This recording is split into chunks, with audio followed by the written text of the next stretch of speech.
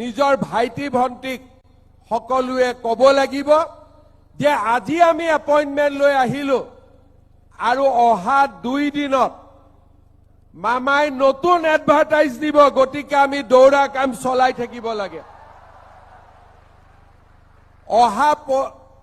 আজি গ'ল, কালি গ'ল, পৰহি দিনাখন আমি আকৌ 5,000 পোষ্টৰ আমি এডভাৰটাইজ মুকলি কৰি দিম।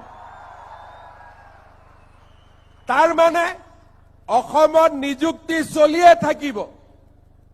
আজি আমি পালো, ঘৰত গৈয়ে ভাইটিক কম যে আজিৰ পৰা তই দৌৰিব আৰম্ভ কৰ, কাৰণ এডভাৰটাইজ আৰম্ভ হৈ গ'লেই।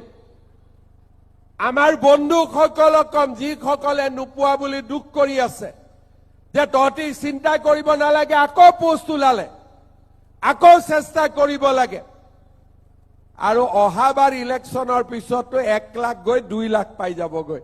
আৰু কিমান